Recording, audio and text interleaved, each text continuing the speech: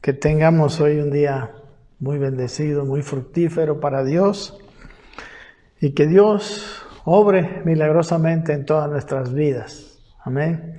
Hoy no nos hemos podido reunir, pero esperemos que pronto volvamos a hacerlo, ¿no? Porque yo disfruto mucho de estar junto con ustedes, los extraño. Y bueno, Dios es fiel, pero Dios tiene también sus formas, sus maneras. Y bueno, hoy vamos a compartir la palabra de Dios por este medio que es el Facebook. No sé quiénes están conectados, espero que estén muchos. La verdad que muchas veces entramos a la predicación un poco tarde, pero quizás en muchas predicaciones, en gran parte de ellas, la introducción es la parte más importante. Y si nos perdemos la introducción, quizás nos perdemos de entender bien el meollo de todo lo que sigue. Amén. Bien, hoy vamos a hablar acerca de el reposo. Yo le puse como título a esta predicación, un reposo para el pueblo de Dios, ¿no? Inspirado en el libro de Hebreos capítulo 4 versículo 9, ¿no? Que dice, por tanto, dice, queda un reposo para el pueblo de Dios. Queda un reposo para el pueblo de Dios. Y ahora vamos a volver a ese lugar ya con todo su contexto, pero quiero comentarles lo siguiente, ¿no? Vamos a ver la mayoría de todo lo que tiene que ver con el reposo en el libro de Hebreos, ¿no? En el libro de Hebreos, claro, es el lugar donde se nos enseña esta maravillosa realidad de la vida, ¿no? Nuestra en el nuevo pacto, pero con el término reposo, ¿no? Recuerdan el domingo pasado estuvimos hablando del día de reposo. ¿Por qué?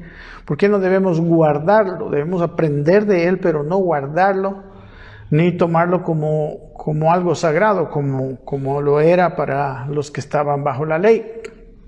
Pero el día de reposo es una de las figuras de esto que vamos a ver hoy en día, del propio reposo, ¿no? El reposo también se identifica no solo con el día de reposo, sino también con la tierra prometida, como vamos a mirar aquí en el libro de Hebreos. Y claro, está en el libro de Hebreos porque son los hebreos los que conocían, ¿no? Todo esto respecto al día de reposo, ¿no? Esta carta a los hebreos, ¿no? Es una carta a los que querían volver a las prácticas del pacto de la ley. Y precisamente querían salirse del maravilloso reposo que nos otorga este nuevo pacto. Un reposo donde ya no soy aceptado o no tengo que agradar a Dios con mis propios esfuerzos personales, sino que descanso en la obra terminada de Cristo. Una nueva vida que solo depende de fe. Y que mis buenas obras ya no son una carga, una carga pesada, ¿no? Que debo llevar, un producto de iniciativa humana, sino son un fruto de mi fe, un fruto de la maravillosa obra de Dios que hizo en mí y que me dio algo vivo, un fruto de esa nueva naturaleza incorruptible que el Espíritu Santo me dio al haberme hecho nacer de nuevo. Algunos creen que el reposo lo alcanzaremos cuando nos vayamos con el Señor. Pero bueno, cierto, pero la buena noticia es que este reposo lo podemos tener hoy, ahora y aquí. Y de hecho es necesario que nosotros entremos en ese reposo para poder vivir vidas efectivas, para hacer lo que Dios quiere que hagamos. Querer volver a la ley es como querer construir una planta. Imagínense ahora con toda la tecnología que hay, ¿verdad? Como querer fabricar una planta. Usted sabe que dentro de la planta existen laboratorios, reacciones químicas, unos maravillosos laboratorios donde se produce la clorofila, donde por ejemplo en las noches se absorbe el CO2 y se oxigena, bueno, o en el día creo que es esto. Pero en realidad, ¿por qué querer construir nosotros una planta cuando podemos tirar la semilla, enterrar la semilla y simplemente regar? Y la planta va a empezar a salir y va a empezar a vivir sin esfuerzo humano. Quizás simplemente vamos a querer quizás fumigarla de algunas plagas, quizás deshiervar un poco, cuando no llueve regar. Nuestro trabajo es muy sencillo, pero ¿por qué? Porque es algo vivo, porque la planta es algo vivo. Querer volver a la ley es como querer empezar a construir las plantas con nuestra gran tecnología, cuando no lo necesitamos, cuando en realidad es la vida la que va a producir, ¿verdad? Una verdadera planta maravillosa. Y esta planta es la nueva vida en Cristo. Amén. Entonces, el autor a los Hebreos, es un libro muy, muy precioso. Necesita que nosotros conozcamos un poquito de la historia del Antiguo Testamento, de las prácticas, etc. Pero ahí, por ejemplo, en este libro de Hebreos, que era una carta, como les digo, a personas que querían regresar a la ley, que querían regresar, o sea, que estaban siendo tentados, en realidad estaban siendo obligados, algunos estaban siendo perseguidos, para que ellos, los hebreos, que son los judíos, los israelitas, que vivían en el pacto y que ahora se habían convertido y habían entrado en el nuevo pacto, entonces había una gran presión para que vuelvan, ¿verdad? El judaísmo fue uno de los principales opositores de la iglesia, de la doctrina de la salvación, de la gracia. Y fue, ellos estaban persiguiendo, ¿verdad? A los mismos hebreos que se habían convertido y también luego a los gentiles que se convertirían al cristianismo. Entonces lo que hace el autor a los hebreos es demostrarles la superioridad, ¿no?, de este nuevo pacto en relación al antiguo pacto. Por ejemplo, en el capítulo 1 muestra que el autor de este nuevo pacto es el sustentador de todas las cosas, el que vino a salvarlos, ¿no? Por ejemplo, capítulo 1:3 dice, el cual dice, siendo el resplandor de su gloria y la imagen misma de su sustancia, y quien sustenta todas las cosas con la palabra de su poder, habiendo efectuado la purificación de nuestros pecados por medio de sí mismo, se sentó a la diestra de la majestad en las alturas. Entonces está mostrándonos que este nuevo pacto viene conseguido por el mismo autor de la vida, por el mismo sustentador de todas las cosas, el creador. Amén. Luego empieza hablando que este Jesucristo que vino es superior a los ángeles, ¿no? Tuvo que hacerse hombre, ¿no? Como dice aquí en el capítulo 2. ¿No? En el capítulo 3 nos muestra que es superior a Moisés. Recuerden que Moisés era el héroe, ¿no?, de los israelitas, de los judíos. Pero está hablando, aquí nos demuestra cómo Jesús es superior a Moisés, ¿no? Dice el 2:14, por ejemplo, así que por cuanto los hijos participaron de carne y sangre, él también participó de lo mismo, para destruir por medio de la muerte al que tenía el imperio de la muerte, esto es, al diablo. Jesús fue hecho hombre, no porque no era Dios, sino más bien porque este era el camino para destruir al que tenía el imperio de la muerte, y librar a todos los que por el temor de la muerte estaban durante toda su vida sujetos a servidumbre, dice. Porque ciertamente no socorrió a los ángeles, sino que socorrió a la descendencia de Abraham, a nosotros. Bueno, luego dice que Jesucristo es un sumo sacerdote superior a Aarón, el sumo sacerdote del judaísmo, ¿verdad? Le llama el sumo sacerdote, en el capítulo 6 y 7 está esto, un sumo sacerdote según el orden de Melquisedec. Luego Jesús es el mediador de un mejor pacto, ¿no? Un mejor pacto, ¿cómo se llama? Hecho sobre mejores promesas, ¿verdad? En capítulo 7, versículo 22 dice, por tanto Jesús es hecho fiador de un mejor pacto, dice. En el capítulo 8, versículo 13, dice, al decir nuevo pacto, ha dado por viejo al primero, y a lo que está viejo se envejece y está próximo a desaparecer, ¿no? Cosa que sucedió en el tiempo después de Jesús, ¿no? Luego, en el capítulo 9 y 10, a Cristo lo presenta como un mejor sacrificio, ¿no? Que todos los sacrificios que decía la ley, ¿no? Que de los animales, de los machos cabríos, de los becerros, etc. Jesucristo es el sacrificio. Entonces, todo aquello que sucedía en el antiguo pacto es una sombra, es una figura de la realidad que es lo que sucede en este nuevo pacto. Amén. En realidad el reposo es una manera de vivir que Dios ha provisto para aquellos que entramos, ¿no? En su pacto.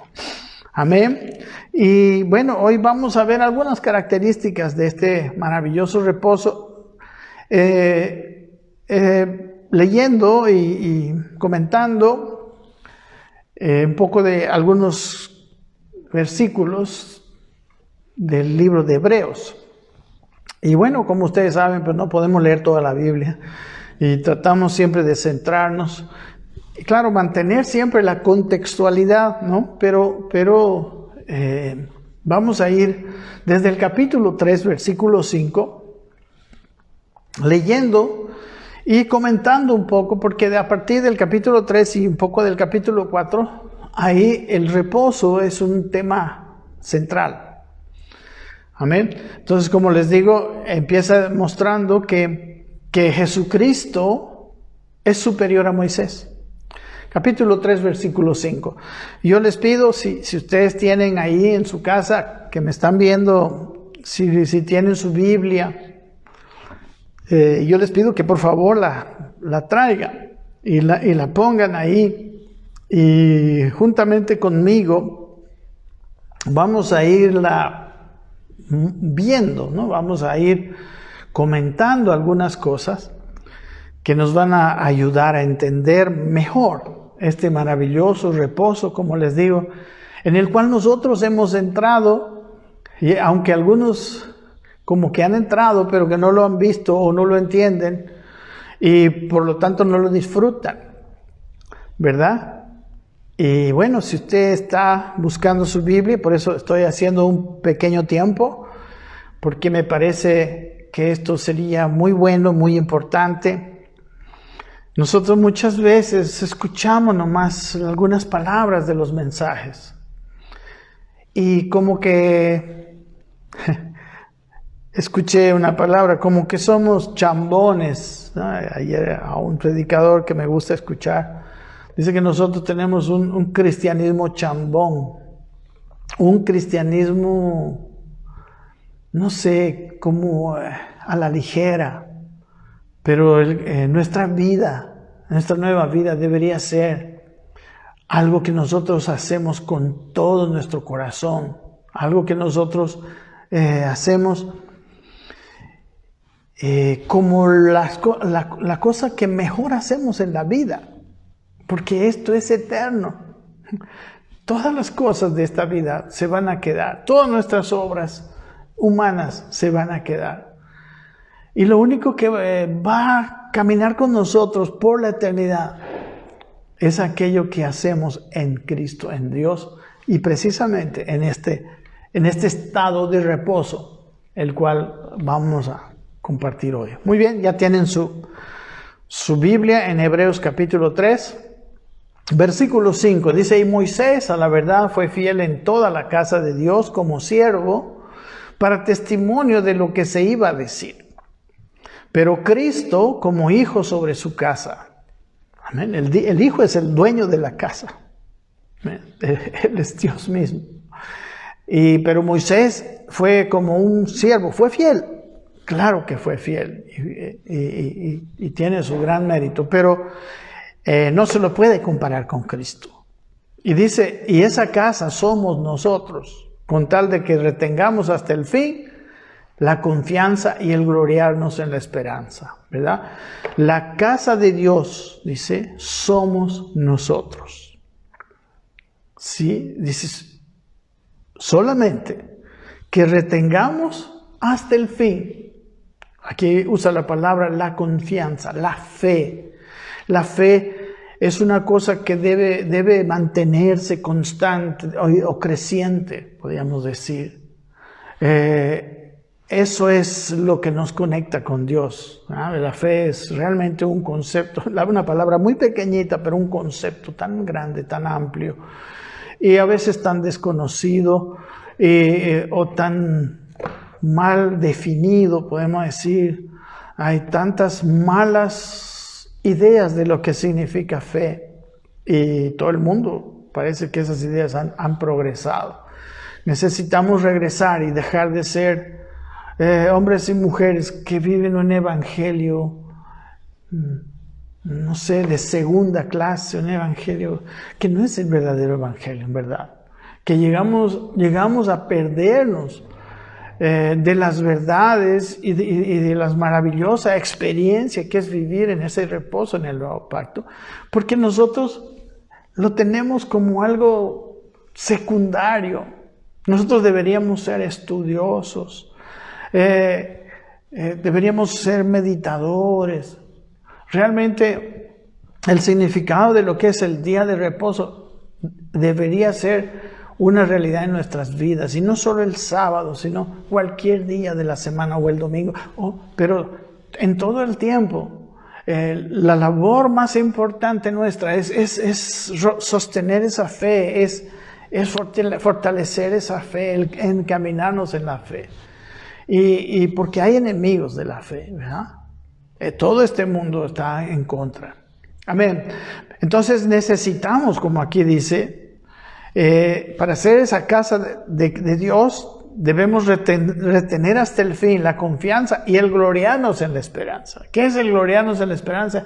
¿Qué es gloriarse, verdad? Es jactarse, es tener tal certeza, ¿no?, de algo que es esperanza, o sea, de algo que no se ve, ¿no?, que yo me jacto, aunque no lo veo, aunque todavía no lo he conseguido, pero me jacto. Y me jacto no por una cuestión de orgullo, sino porque realmente es una fe bien fuerte, es una certeza, es una convicción que viene de lo más profundo, ¿no?, del espíritu.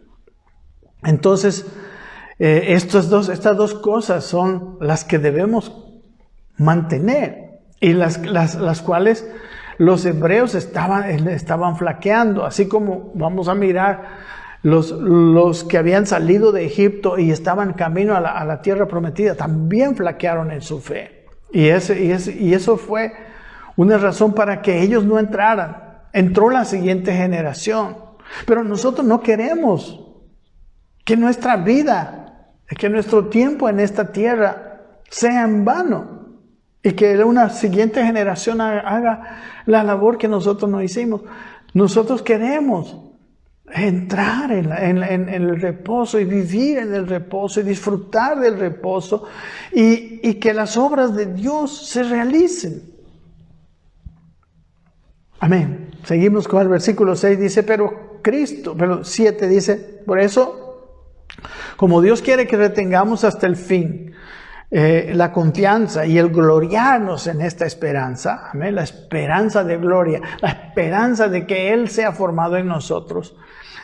Dice, por eso, como dice el versículo 7, dice, por eso, como dice el Espíritu Santo, si oís hoy su voz, no endurezcáis vuestros corazones. Un corazón duro es un corazón que se mantiene con sus anteriores amores, con sus anteriores deseos, con sus anteriores ideas. Dice, no endurezcáis vuestros corazones. cosa que sucedía con los hebreos. Los hebreos habían salido de toda una práctica, de toda una manera de vivir bajo la ley. Y ellos podían abrir su corazón a esta nueva verdad, el nuevo pacto, podían endurecer su corazón. Dice, como en la provocación, dice el versículo 8, en el día de la tentación en el desierto, donde me tentaron vuestros padres, me pusieron a prueba y vieron mis obras 40 años, ¿verdad? Ustedes saben lo que sucedió, ¿verdad? Después de haber transitado por el desierto, junto con Dios, viendo las maravillas de Dios, ¿no? Desde antes de salir en Egipto vieron las maravillas, el poder de Dios con las plagas.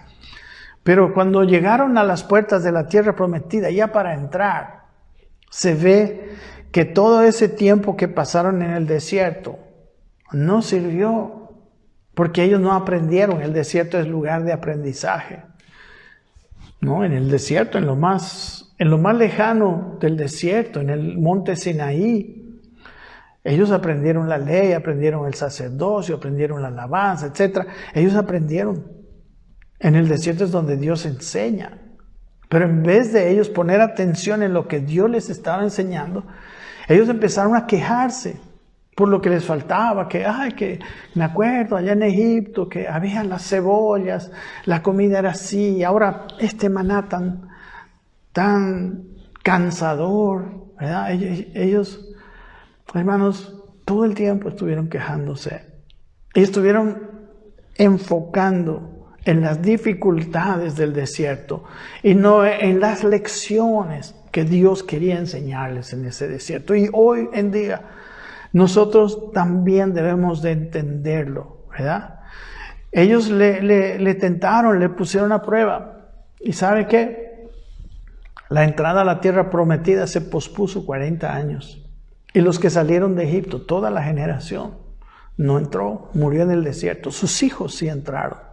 Como testimonio de que Dios sí tenía una tierra prometida y sí quería meterlos en una tierra prometida, como hoy nos quiere meternos en esa vida en el reposo, ¿no? Que hoy le llamamos el reposo, pero que en el Nuevo Testamento, en las diferentes cartas, tiene, claro, otros nombres, ¿verdad? Pero en la carta a los Hebreos especialmente, aunque en otros lugares también, pero especialmente ahí se la identifica como el reposo. Entonces dice, no, versículo 11 dice, por tanto juré en mi ira, no entrarán en mi reposo. Dios dijo, no, ya me han tentado 10 veces, no aprendieron, nadie va a entrar, solo los 2 hombres de fe, Josué y Caleb, los únicos que sobrevivieron y entraron y conquistaron y disfrutaron de la tierra prometida, de aquella tierra que fluye, ¿no? Así la describe, fluye leche y miel. Dice el versículo 12, mirad hermanos, que no haya en ninguno de vosotros corazón tan malo e incrédulo que se aparte del Dios vivo. ¿Verdad? Nuestro corazón es la ovejita que sigue al pastor. El corazón debe estar caminando con Dios. Jesús dijo, si ustedes ponen el yugo, me ponen a mí en yugo con ustedes, hallarán descanso para sus almas. Hallarán, también es como una palabra sinónima del reposo.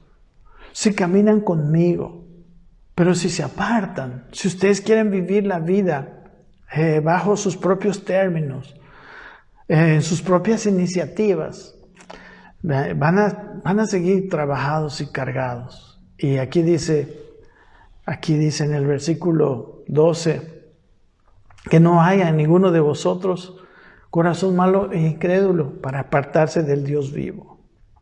Amén. Dice, antes bien, versículo 13, antes bien exhortaos los unos a los otros cada día. Es lo que hoy estoy haciendo, es lo que debemos ir haciendo todo el tiempo. Dice, exhortaos los unos a los otros cada día, entre tanto que se dice hoy, para que ninguno de vosotros se endurezca por el engaño del pecado. No es mañana, no fue ayer, es hoy. Siempre la fe es actual. Siempre la fe no es que, bueno, por un tiempo voy a vivir sin fe y después voy a tener fe. No, la fe es hoy. Hoy, porque si me descuido hoy, puede ser que mi camino no me conduzca a esa fe que pienso tener mañana. Mi decisión es hoy y mi decisión es todos los días. Por eso la palabra está entre comillas hoy, para que ninguno de vosotros se endurezca por el engaño del pecado. Cuando menosprecio la fe, menosprecio el seguir a Dios por un tiempo, como han hecho algunos, ¿no? No, ahora me voy a dar mis vacaciones espirituales. No sé. Es muy peligroso. Ellos, o sea, no sé, no estoy hablando de la salvación, pero sí estoy hablando de una vida, de unos años perdidos, de una existencia en esta tierra vana. Vana, no queda nada para la eternidad de lo que pasó contigo o conmigo cuando estoy viviendo aquí. Amén. Versículo 14 dice, porque somos hechos participantes de Cristo. Esto es el nuevo pacto. Somos participantes de Cristo. Recuerden que somos la casa y Él es el que viene y la habita. Somos hechos participantes de Él más que de otra cosa. Con tal dice que retengamos firme hasta el fin la confianza, la fe del principio. O sea, la vida cristiana requiere que nosotros retengamos, que nosotros nos preocupemos. La fe es la clave, ¿no? Un caminar viendo a Dios, un caminar junto con Dios. La fe. Por eso en el capítulo 11 habla de los héroes de la fe, del Antiguo Testamento. Aquellos que hicieron grandes proezas. Y no por sus esfuerzos humanos, sino por la fe. Y hoy en día también nosotros podemos darle sentido a nuestra vida. Un sentido eterno. Dice el versículo 15, por lo cual dice, si oís hoy su voz, dice, no endurezcáis vuestros corazones como en la provocación. Cuando vino la prueba de fe, cuando ya iban a entrar a la tierra prometida y enviaron los 12 espías, volvieron los 12 espías y la mayoría hablaron mal. Dijeron ahí, es cierto que es una tierra, qué belleza, que fluye leche y miel. Incluso dice que entre dos trajeron un racimo de uvas en un palo. Imagínense, no trajeron granadas, del fruto de la tierra. Pero lo que ellos vieron con esos ojos no redimidos fueron los gigantes. El tamaño de los gigantes. Y nosotros estamos muchas veces expuestos a cosas que personalmente son imposibles para nosotros. Pero siempre debemos considerar que tenemos a un Dios que es mucho más grande que todo lo imposible que se nos pueda presentar. Aún nos parece a muchos que es imposible que nosotros lleguemos a cambiar hasta parecernos a Cristo, hasta ser como Él. Es un imposible, es un gigante. Pero Dios, que está tomando en serio su parte en nuestra transformación, es más grande. Dios es más grande para llevarnos a todo lo que Él se ha propuesto con nosotros en este tiempo. Sus caminos, dice Isaías, son mucho más altos. Así como son más altos los cielos que la tierra, así son sus caminos más altos que los nuestros. Amén. Pero para eso, dice el versículo 15, no debemos endurecer nuestros corazones. El versículo 16 muestra, ¿quiénes fueron los que habiendo oído lo provocaron? ¿No fueron todos los que salieron de Egipto por mano de Moisés? Salida de Egipto es un sinónimo de la salvación. No es que yo ya un día acepté al Señor, Él vino a mi corazón, nací de nuevo y ahí es todo. Ellos salieron de Egipto. Nosotros salimos del dominio del pecado, dice el libro de Romanos 6. Pero después de eso debemos permanecer viviendo con esa misma fe con la que fuimos salvados. Porque el no entrar en la tierra prometida no fue para otros, fue para ellos. Esta carta está hablando de ellos, de los que salieron de Egipto. ¿No? Eso es lo que dice el versículo 16. Versículo 17 también dice, ¿y con quiénes estuvo él disgustado 40 años? ¿No? Los 40 años en los que murió esa generación en el desierto. Dice, ¿no fue con los que pecaron, cuyos cuerpos cayeron en el desierto? Ellos, el pecado los engañó. El pecado, la palabra pecado es la palabra amartía, que quiere decir errar el blanco. El pecado, más que los pecados, que son la manifestación del pecado, o la consecuencia del pecado, el pecado es no tener bien claro hacia dónde voy, no apuntar bien el volante de mi vehículo de vida. Ese es el pecado. Y los pecados ya son algunas manifestaciones de él. Entonces, mis hermanos, ellos pecaron. Ellos no tenían los ojos puestos en el blanco, que era la tierra prometida. Ellos desviaron sus ojos y ahí vieron sus incomodidades. Ahí vieron cuando faltaba el agua y pura murmuración y murmuración. Y se metieron en estas cosas que tiene la vida, ¿verdad? Que a veces nos enreda. En pleitos entre ellos, en celos, en contiendas, en competencias, y en adulterios. Empezaron a mirar, en vez de mirar a la tierra prometida, miraron a la mujer de su prójimo. En vez de mirar a Dios, miraron a los ídolos. En el desierto pasó. Y dice el versículo 18, ¿y a quiénes juró que no entrarían en su reposo? Otra vez la palabra reposo, sino aquellos que desobedecieron. La desobediencia por incredulidad, esa es la base del pecado. Por desobediencia e incredulidad, Adán y Eva fallaron totalmente. Adán y Eva nos legaron a nosotros una vida terrible, una naturaleza caída.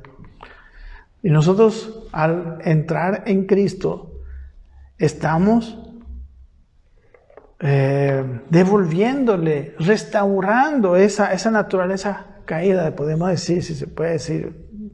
No es muy exacto eso, pero nosotros tenemos que volver a lo que Adán y Eva eran originalmente antes de pecar.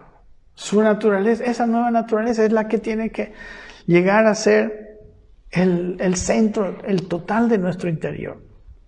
Bueno.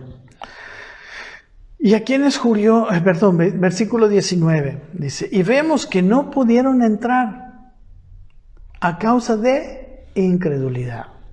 Amén. Incredulidad. Dios siempre era más pequeño que los gigantes. Como hoy, parece que Dios es más pequeño que los gigantes de nuestras circunstancias, que el gigante del poder de nuestra carne, que los gigantes de nuestras ambiciones. Parece siempre que Dios es más pequeño. En aquel tiempo pareció a ellos, dice que ellos eran como langostas al lado de los gigantes. ¿Y dónde estaba Dios? Usted lea el capítulo 12, 13, 14 del libro de Números, donde relata este pasaje. Sigamos, el capítulo 4:1 dice, temamos pues, dice, que no sea que permaneciendo aún la promesa de entrar en su reposo, O sea, la posibilidad está todavía. Gracias a Dios. Y por eso viene esta prédica. Algunos de vosotros, dice, parezca no haberlo alcanzado. O sea, no haber alcanzado aquella entrada al reposo. A lo que ahora vamos a mirar un poco más. Dice, porque también, dice el versículo 2, a nosotros se nos ha anunciado la buena nueva como a ellos. Dice, ¿a quiénes? A los israelitas. Ellos también recibieron la palabra. Y la palabra era, vamos a la tierra que fluye leche y miel. Nosotros también hemos escuchado la palabra del verdadero evangelio. Y dice versículo 2, también a nosotros se nos ha anunciado la buena nueva como a ellos. A ellos, dice, de nada les sirvió haber oído la palabra por no ir acompañada de fe en los que la oyeron. O sea, hay que también tener fe cuando escuchamos la palabra. Por eso digo, no podemos ser chambones dominicales que, bueno, llegamos a la iglesia tarde o aprendemos ahora, ¿no? El televisor, si tenemos un televisor smart o prendemos el celular a media prédica. Al comienzo dije que a veces la introducción es la parte más importante. Bueno, no podemos vivir así. Tenemos que oír con fe. Tenemos que oír con todo nuestro corazón. El versículo 3 dice, pero los que hemos creído, entramos en el reposo, de la manera que dijo, por tanto juré en mi ira, que no entrarían en mi reposo. Aunque las obras suyas estaban acabadas desde la fundación del mundo. Mis amados, los que hemos creído hemos entrado en el reposo. Eso es, nuestra vida debería ser ese reposo, porque hemos creído. Y dice, miren aquí, muy precioso, que nuestras obras, esta es otra característica preciosa del reposo, nuestras obras están acabadas desde la fundación del mundo. El apóstol Pablo a los Efesios les dice, hablando de la salvación que Dios nos dio, dice que somos, dice, hechura suya. Efesios 2:10 dice que fuimos hechos, que somos hechura suya, hechura de Dios, creados en Cristo Jesús, dice, para buenas obras, pero no buenas obras humanas, sino las cuales, dice, Dios preparó de antemano para que anduviésemos en ella. Son obras de fe, son obras que se bajan por fe, y son las obras que glorifican a Dios, y son las obras que nosotros podemos hacer. Amén. Temamos, o sea, dice que está disponible hoy. Dice el versículo 4, pues en cierto lugar dice así del séptimo día, ¿verdad? Como veíamos el domingo pasado, el día de reposo también es un ejemplo de este reposo. Dice, y reposó Dios de todas sus obras en el séptimo día. ¿Qué hizo Dios el séptimo día? Ya paró la creación, ya no hizo más. Él ya dejó al hombre para que hiciera. Él ya. Amén.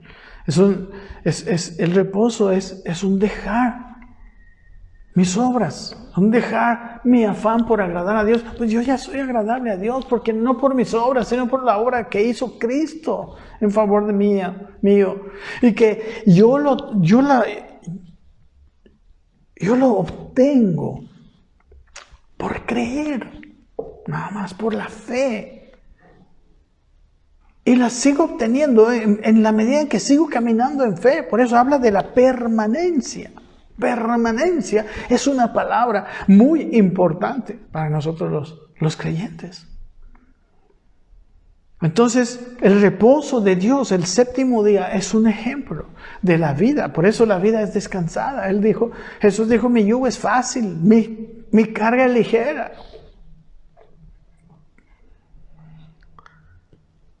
Versículo 5 dice, nuevamente dice, no entrarán en mi reposo. O sea, no sé, yo escucho algunas personas que piensan que, o sea, es cierto, no sé, yo no sé si la salvación de nuestro espíritu, yo creo que no se pierde, pero nos perdemos el vivir en el reposo y nos perderemos de las recompensas eternas. Yo no sé mucho, pero aquí dice, Dios dijo, no entrarán en mi reposo. Podemos vivir una vida toda en el desierto si no tenemos fe. Porque hay un momento en que hay una entrada a la tierra prometida. Y ese momento se vive por fe, con fe. Amén. Dice el versículo 6, por tanto, dice, puesto que falta que algunos entren en él, y aquellos a quienes primero se les anunció la buena nueva no entraron por causa de la desobediencia. Dice, otra vez determina un día, otra vez hoy, del cual habló David mucho tiempo después cuando dijo, si oyereis hoy su voz, no endurezcáis vuestros corazones. Hoy, si tú me estás escuchando, le estás escuchando a Dios a través de mí, no endurezcas tu corazón. No te mantengas con tus viejas ideas, con tus viejas decisiones. No lo endurezcas. Ablanda tu corazón. Haz de tu corazón algo blandito, algo que Dios pueda formar. Algo que Dios pueda dirigir. No seas como esos vehículos con su volante amarrado, ¿verdad? No estés con el corazón endurecido, caprichoso, insensible a Dios. Dice el versículo siguiente, si Josué hubiera dado el reposo, no hablaría después de otro día, ¿verdad? Porque Josué fue el que metió a la otra generación, sí, al reposo. Pero ese reposo era un reposo físico, ¿verdad? Aquí está ahora hablando que ahora el reposo es mayor. Recuerden que todo el libro de Hebreos habla de la superioridad del antiguo pacto sobre el nuevo, ¿verdad? Cristo superior a Moisés, etc. Y aquí dice que el reposo, que la tierra promete, que este reposo, esta manera de vivir de nosotros hoy, es mucho mejor que la tierra prometida para ellos. Es superior. De aquellos la tierra era física. Fluía leche y miel. Pero la vida que Dios quiere que vivamos es una vida de reposo en este tiempo. Y es una tierra que fluye leche y miel, espiritualmente hablando. Entonces el versículo 8, si Josué les hubiera dado el reposo, no hablaría después de 8 días. Recuerde que les está hablando a los hebreos, que ellos estaban tan orgullosos de vivir en esa tierra, de vivir en Jerusalén, de que ahí estaba su templo, de que ellos estaban así en eso. Y él dice, Josué les dio esto, sí.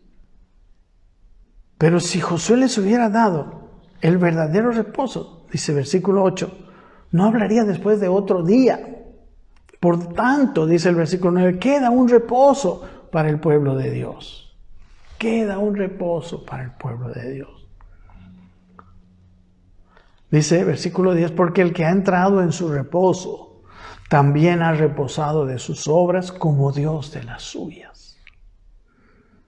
Amén. Recuerden, mis obras, que eran una necesidad para yo sentirme aprobado y acercado a Dios. Pues no, mío, tú solo crees a Dios. Ten fe nada más. Repósate. No tienes que hacerlo. No, ya eres agradable, porque cuando Dios te ve a ti, ve a su Hijo, ve a la obra de su Hijo. ¿Cómo les digo? Como dice aquí, veíamos en el versículo 3, las obras suyas, dice, las obras nuestras están acabadas desde la fundación del mundo, desde antes.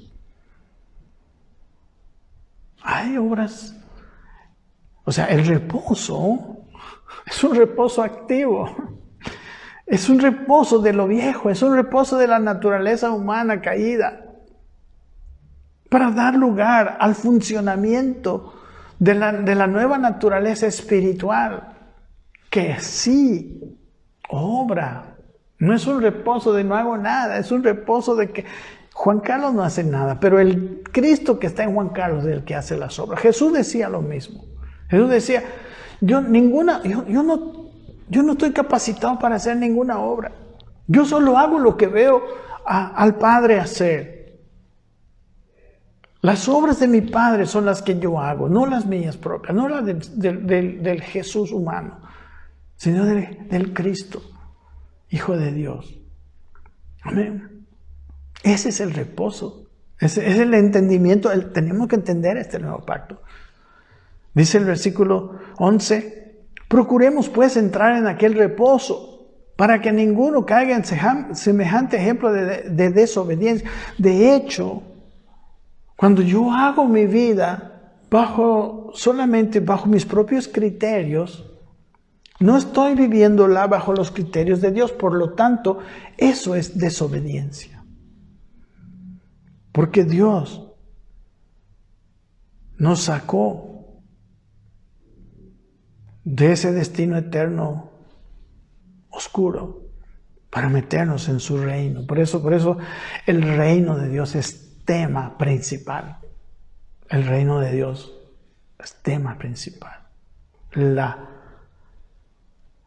El gobierno de Dios. Versículo 12. Dice, la palabra de Dios es viva y eficaz. Y dice, y más cortante que toda espada de dos filos. La palabra de Dios, que es la Biblia y que también es la palabra que Él nos habla todo el tiempo. Dice, penetra hasta partir el alma y el espíritu. ¿Qué hace la palabra de Dios? Nos habla lo que está originado en el alma o lo que está originado en el espíritu. El entendimiento de la palabra, el oír la palabra y el entender la Biblia, que es la palabra escrita y la palabra real, la palabra rema, hablada, nos permite hacer un corte entre el espíritu y el alma, el entender qué viene de mi alma, qué viene de mi espíritu, porque lo que viene de mi espíritu, eso es la obra de Dios. Eso es hacer lo que Dios hace. Eso es lo que ya está hecho y en lo que por medio de la fe yo puedo entrar. Lo otro es mucho trabajo porque es algo que yo me imagino, que yo me propongo, que yo delineo, que yo proyecto en mis propias fuerzas y en mi propia mentalidad sin la orden de Dios, sin la indicación de Dios. Sí, debemos usar la mente para hacer proyectos y todo eso, pero todo bajo la dirección de Dios. No generado en mi vieja naturaleza, porque la vieja naturaleza no tiene nada perfecto. Siempre hay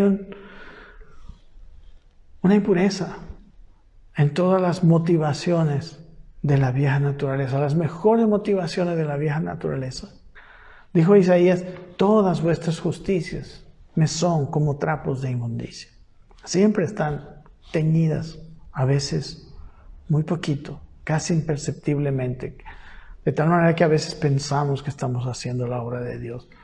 Pero la palabra de Dios, que es viva y eficaz, nos permite partir el alma y el espíritu, dice, las coyunturas y los tuétanos, y discierne los pensamientos y las intenciones del corazón.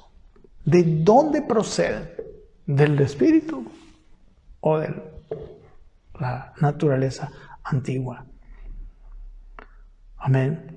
Y dice versículo 13, y no hay cosa creada que no sea manifiesta en su presencia. Antes bien, dice, todas las cosas están desnudas y abiertas a los ojos de aquel a quien tenemos que dar cuenta. O sea, Él lo sabe exactamente, sabe cuándo mis obras son las obras del viejo Juan o las obras del nuevo Espíritu Santo que está en Juan. Versículo 14, y ya estamos para terminar esta palabra. Y quizás el próximo domingo continuamos con las expresiones prácticas del reposo. Dice aquí, Por tanto, teniendo un gran sumo sacerdote que traspasó los cielos, Jesús el Hijo de Dios, retengamos nuestra profesión.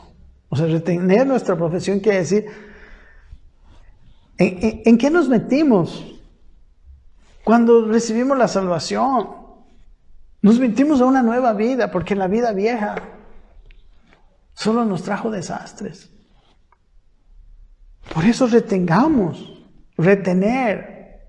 No es agarrar y soltar. Retener es llevarlo todo el tiempo. Permanecer, retener, son palabras que tienen esa connotación de continuar. Retengamos nuestra profesión. Eso les dice a los hebreos especialmente. No se vuelvan a la ley. Retengan la profesión que hicieron y retengan todas estas cosas maravillosas, superiores de este nuevo pacto maravilloso. Amén. Él dice el versículo 15, no tenemos un sumo sacerdote que no pueda compadecerse de nuestras debilidades. Se conoce eso. Sino uno que fue tentado en todo según nuestra semejanza, pero sin pecado. Amén. Él conoce, amados. Esa fue otra de las razones por las cuales Él se hizo hombre. Para que Él fuera sometido a las mismas tentaciones que nosotros. Y Él entienda lo difícil que es vencerlas muchas veces. Cómo vencer a los gigantes muchas veces para entrar en la tierra prometida. Y que es imposible que lo hagamos solos. Por eso, dice, Él se puede compadecer. Y la orden es, versículo 16, dice, acerquémonos pues confiadamente al trono de la gracia. Aquí está la gracia. La gracia que sigue perdonando, la gracia que sigue manteniendo el mismo amor, sigue manteniendo el mismo cariño de Dios, la misma aceptación de Dios. Y nos arrepentimos y cambiamos y Dios, amén, dice Dios. Dice, ¿para qué esa gracia? Dice, para hallar misericordia, porque no somos perfectos. Y hallar gracia para el oportuno socorro. O sea, primero hallamos misericordia. Cuando nosotros, ¿qué? Nos acercamos. Cuando nosotros nos transparentamos. Cuando nosotros estamos disfrutando de esa relación con Él. No pensando que Él, ¡ay! Pecó fuera de mi vista. No, sino, ¡ay, mi hijo! Están mirando, porque los pecados, recuerden, son la muestra del pecado. Mi hijo todavía tiene que crecer en su nueva naturaleza. Porque lo que está pasando es que se está manifestando que todavía la nueva dirige su vida en algunas cosas. Y aunque es un gigante para nosotros, no es un gigante para Dios. Él lo vence. Y nosotros lo vencemos con Él. O sea, el pueblo de Israel, cuando entró a la tierra prometida, ¿qué hizo por sí mismo? Por sus propias fuerzas, con sus propias armas. Anduvo con sus armas de guerra tirándole a los muros de Jericó. No, señores. Jericó fue derrumbado por el poder de Dios. Simplemente porque ellos creyeron. Y esa creencia les dio, esa creencia se vio en su obediencia. Dios les dijo, den vueltas 7 días. Y el séptimo día den 7 vueltas. Ellos obedecieron. Aunque no parecía. ¡Wow! Parece que este camino no nos va a llevar. Así no se derrumban los muros. Nadie ha derrumbado hasta ahora un muro de esta manera. Hay algunas cosas que Dios nos ordena que parece que no van a dar cierto. Nos ordena vivir en este mundo, por ejemplo, sin engañar, Y algunos dicen, pero ¿cómo voy a progresar sin engañar si todo está así? Bueno, pues no. Dios derribará los muros a su manera y hay que andar en su manera. Amén. Entonces, acerquémonos pues confiadamente al trono de la gracia. De la gracia que da. Dios se goza en dar. Se goza en bendecir. Se goza en arreglarnos. Se goza en transformarnos. Y Él está comprometido 100% en esto. Y algunas veces aún usa, ¿no?, dolor para conseguirlo. Pero nosotros no debemos pecar, no debemos sacar nuestros ojos del blanco. No debemos llenarnos de queja y compasión de nosotros mismos. No. Si estamos para allá, no importa que a veces el camino es difícil, pero vamos para allá. No, o sea, no importa, no es que es difícil, sino que a veces me duele. Amén. Mis queridos hermanos, gracias. El reposo es un vivir en el Espíritu y en obediencia a Dios y en consonancia con la nueva naturaleza.